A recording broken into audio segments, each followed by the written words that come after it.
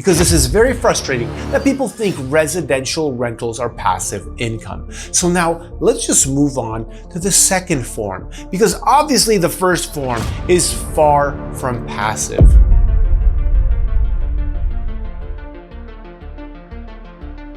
Residential rentals are not passive income. We're going to talk about 3 reasons how you can own residential rentals and which ones are more or less passive. Now, if you don't know, I have been a landlord for over 20 years, and I'm also a real estate agent in Sarasota, Florida. All I'm going to talk about is what it's like in Florida, but pretty much the United States are all the same. There's just some different rules on evictions and so on. But you have heard it from so many people that buying real estate is a good passive income strategy. And listen, I'm going to be talking about residential rentals. This is where people live in their house. This is not storage facility. This is not vacant land, nor is it speculative purchases or anything like that. This is just buying a property and having somebody live there, whether it's for the long term or the short term. And if you think there's a way to invest in residential rentals and making it 100% passive, well, there actually kind of is a way. So I'm going to talk about that on the third way.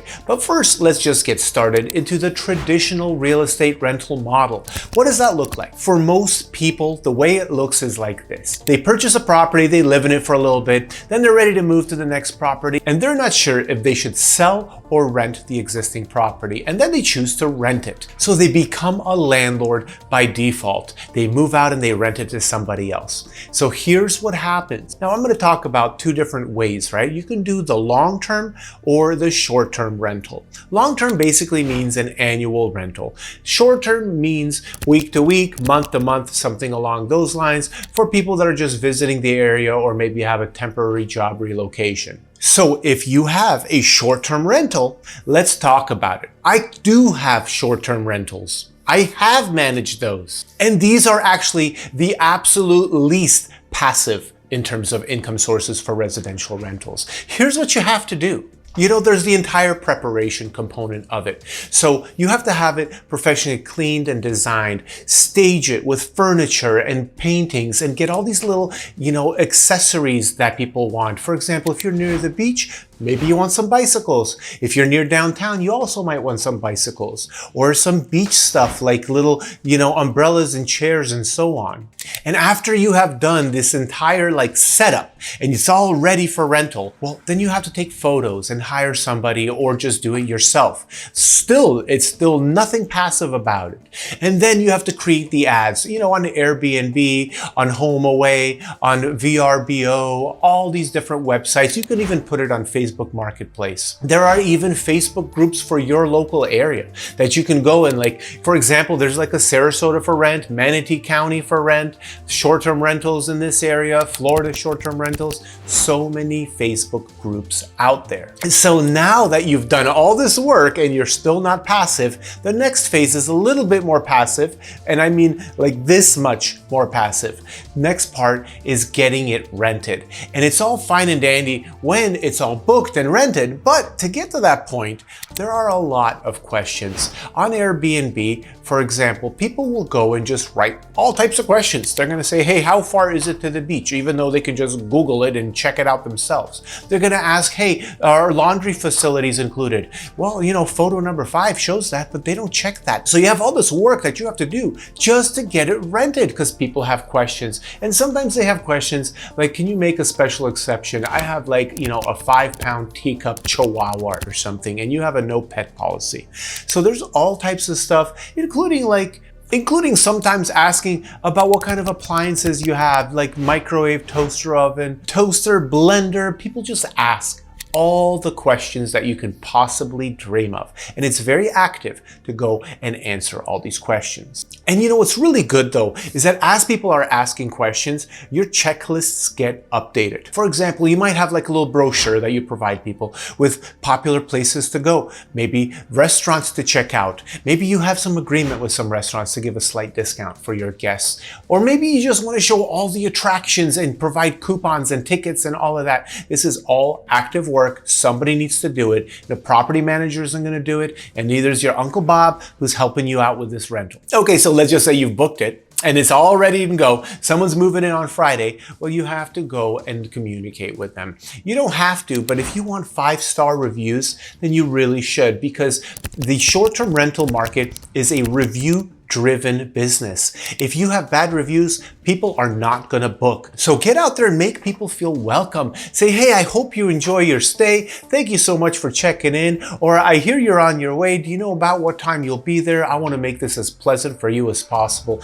And it's just constant messaging over and over and over, back and forth. Now, sometimes people do not reply, and that's okay, but at least you still have to make the effort to go and make people feel welcome. And of course, they're going to have requests during their stay, so they're going to have questions. Maybe something is broken, maybe they threw something down the dishwasher, maybe they threw something down the garbage disposal and it got locked up, and now you got to figure out how to get that unlocked. And you cannot ask your tenant to take the wrench underneath and kind of crank it out. But once they're getting ready to move out, let's just say it's the end of the week now, and you have to go and remind them, be like, hey, by the way, here is our checkout checklist. Please take out your trash, please take all the linens and put them all in a bunch, whatever your checkout checklist says. But aside from that, there is still this whole process from the turnover. And the turnover is basically when somebody moves out and somebody moves in, and usually it's a 10 a.m. to a 4 p.m. 10 a.m. checkout, 4 p.m. check-in, and you have 6 hours to get everything done,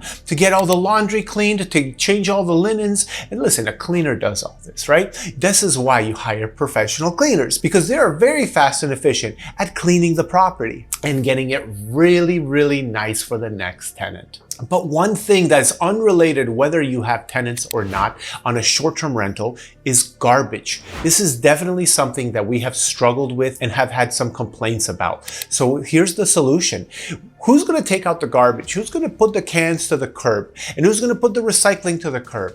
And then who's going to bring those cans back? Because if you leave them out there, code enforcement is going to get on you and you might get some fines. So we actually ended up hiring a person that just drives out, takes the cans out, brings the cans in. Sunday night brings them out, Monday afternoon brings them in. That's it. And every single week we have to pay this individual to go and do this.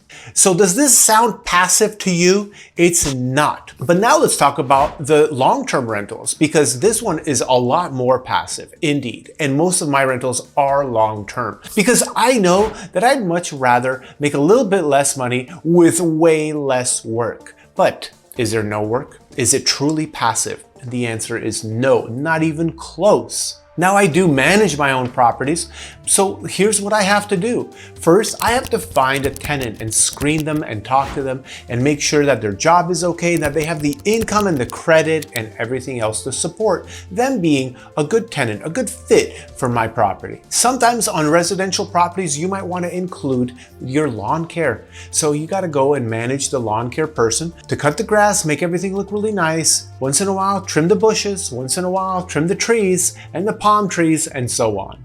And of course, you have the maintenance items. You know, just as a basic, you have to maintain your air conditioner, change out the air filters every 2-3 months or so on. Somebody has to do this. And if it's not you, then you have to hire somebody and make sure that they do it. And sometimes you're in the middle of scheduling it with the tenant and with the contractor and all that, not passive whatsoever. And in our area in Florida, we get hurricanes sometimes. So what about the hurricane preparedness? You cannot absolutely rely that they're going to do the preparation that it takes so that, you know, the garbage cans that are on the side of the house don't fly away, so that all the pool equipment doesn't go and fly into the next door neighbor. You have to do this stuff yourself, or you have to hire somebody to really do it right. And it's not just pre-hurricane, it's also post-hurricane, because even if the hurricane never hit, you still have to put things away and then put them back. But then if the hurricane did hit, well, who's going to go and inspect your property and make sure everything is good and make sure that the proper documentation is done, like the photos and so on? And if you have an insurance claim, forget about it. No one's going to do that for you. You have to go and do the insurance claim. And then recently I found out something really, really odd. I've never seen this in 20 years of being a landlord. Water bills. So in the city of Bradenton, for some reason, they no longer allow tenants to have water bills in their own name. The actual actual landowner needs to put the water bill in their name, which is ridiculous because I have a triplex in the city of Bradenton and now I have to carry all the water bills for everybody and then bill the actual person for the usage. And this may be good for the city, but it's not good at all for the landlord. So now I have an additional bill I have to sign up, I have to make sure there's no weirdness. If there is a weirdness, let's just say an extremely high water usage for a certain month, or an extra bill for, some extra trash that was picked up, like a large TV or some tires or something, which actually goes on the water bill in our municipality. Well, who's gonna go and be the middleman? You are. The tenant is gonna say, I'm not paying that, that wasn't my couch, that wasn't my tire, because this is very frustrating that people think residential rentals are passive income. So now let's just move on to the second form, because obviously the first form is far from passive. The second form of being a real estate investor, where it's even more passive, which is great, is hiring a property manager to do a lot of these things that I just spoke about. Now, property managers are not all created equal. Yes, there are laws that they cannot break. Yes, there's a procedure and there's systems that they've implemented, but they're not all created equal. And a lot of property managers, what they do is they offer a slightly lower price up front, maybe for 8%, but then they pad the back end real heavy. So for example, their lawn guy, is their cousin, and their cousin gives them a kickback, and their maintenance guy is somebody else who's a close friend, or maybe they subcontract to a company that their wife owns. There's all these situations out there that I have seen time and time again where a property manager basically makes more money by doing extra things that are not necessarily required, that you wouldn't do if you were the property manager. And let's just say for this conversation that you have the best property manager.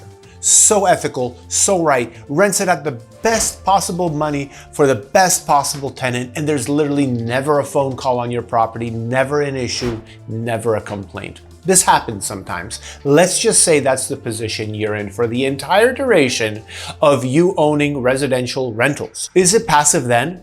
No, because unless you're a bad property owner, you're going to be reviewing your monthly statements to make sure and keep, that property manager on their toes to make sure that they are doing everything in your best interest, not in their best interest, because this happens quite a bit where people start getting complacent and eventually your interests are no longer the first and foremost thing that they are doing. They're kind of looking at their own interests. But the reality is that you're probably not going to find that property manager. You're probably gonna have some sort of work to do, and then you're always going to want to be looking for a better property manager anyway, because like I said, people get complacent, so you want to keep them on their toes, and you always want to be looking at what other people are offering. And even if it's very passive to you, there's still a little bit of work to review all the monthly statements, make sure that the tenant is paying on time and everything is good, that there's nothing kind of slipping through the cracks. So at the very least, that's the work you have to do. Now, let me tell you a story where recently one of my clients purchased a small multifamily, and the prior owner had a property management company. And this prior owner, I don't know what they did, but that person hired this company and had them on for a long term. And when I looked over the numbers, I was very disappointed. I could not believe how the property management company was padding so many different things. Yes, they were taking their 10%, but then they were taking so much more, and they were just charging kind of like large fees. For example, when they hired the painter, they charged so much money for a small little apartment, and I just didn't get it. And it made me think, are they padding it? Are they just like charging like $1,300 to paint this small little studio, and then they're getting $300 on the back end from the painter? I don't know. I really started questioning everything I saw in the books on that property, and I knew that my client is going to be making a lot more money than the previous owner did, because he's going to find and he's going to be more aggressive. And once again, hiring a property manager, but you still have to be aggressive and find somebody that's really going to fight for you. So it's not that passive, even when you have an awesome property manager. Now, of course, there is something else, right? What about insurance? And what about property taxes? If you own the property, you have to have insurance on it if you have a loan. So you still have to go and shop for insurance. And when you get a new roof done, whether it's out of pocket or from an insurance claim from a hurricane, you have to still go and hire the people. You have to go and hire a property inspector after the fact and get a wind mitt and a 4-point inspection. Then you have to go and shop for insurance. And this is all regular stuff of owning properties. But it's still not passive. Let's make sure you understand that if you were to just like randomly get 10,000 rentals and think, great, all this passive income, no, you just created so much work for yourself unless you hire the right people. And honestly, at 10,000 units, you're going to hire the right people. You're not going to be doing all that stuff yourself. You're going to be trusting someone else and compensating them by paying them. So now let's get into the third thing, which is truly a passive way, but you don't really own real estate. So how does that work? Well, it's pretty easy. It's investing into REITs and syndications. So let me explain what these are really quickly. A REIT is a real estate investment trust, and you can go and invest into this. It's basically going on the stock market and finding a ticker symbol, that goes and has a portfolio of properties. This is a large companies. They have so much money behind them, and they purchase property and then they have really high returns. They decide when to sell, what to buy, who to rent to. They do everything. You literally have zero input into what they do, how they do it. You have no idea how the books look, and if the paint job was too expensive, or if there was major insurance claims and scams. You have no idea how much the people are being compensated for their work. All you know is you're putting in your money, and some of these trusts, some of these REITs are paying out about 10% or more per year. So, it is a pretty decent return on investment. I know that savings accounts right now are paying about 4 to 5%, which is great too, but you don't get to have the speculative appreciation of real estate. This is just cash sitting, and obviously, inflation is right around that level too, so your money kind of zeroes out. But where you might actually have a little bit of room for appreciation and passive income are syndications. So syndications it's usually multifamily or the commercial space, and basically somebody goes out, finds a piece of property, puts the right team together, and you are just a silent partner. Basically what it is somebody goes out and puts a team together and they find property, residential or commercial, and then they go out and find investors, and these investors, you could be one of them. And you could be basically like a silent partner. So let's just say it's $20,000 that you put into that deal. And let's just say it's a $1 million property and they need to have a 25% down payment. So they need $250,000. So now you're putting in $20,000 and they're going to go and raise money. They're going to raise a lot more than the 25% down payment, the $250,000. They need to raise money for repairs and investment, and you might be like a 3% owner or something for that price. And then you're going to be getting returns on it quarterly, sometimes monthly, but usually quarterly. They're going to pay you out and send you the check, and you still have not your $20,000, but your percentage ownership in this property. Let's just call it, a 10-unit residential rental. And the syndicators usually go and start doing this with a lot of different properties. And every property has different investors. Some of them overlap, but obviously it's not going to be the same group of people. They kind of keep putting it out there that, hey, we're looking to raise more money. And then they do. That's what they do. They raise more money and they keep buying more property. They put it under management. They put it in through an improvement process, bringing it all to fair market value. And you do own property, but you have no say. You don't see any of the books. You don't see anything. You don't know what's going on. All you know is that they're getting ready to sell, and are you going to be interested in investing in the next project that they have? So is investing in REITs or in syndications a true like real estate residential investments? I don't really call it that, because you have zero say. You're just someone who just gave money and you're speculatively promised some sort of return. You really don't know if the property will go down in value or if it'll burn down and it won't be properly insured. You just don't know what's going to happen. Same with the REITs. That's just buying like stocks basically. So you're just hoping that things go up, and you're hoping that people keep renting, and that they do a really good job managing everything. So that is everything that I have to say about passive income and residential rentals, what questions do you have?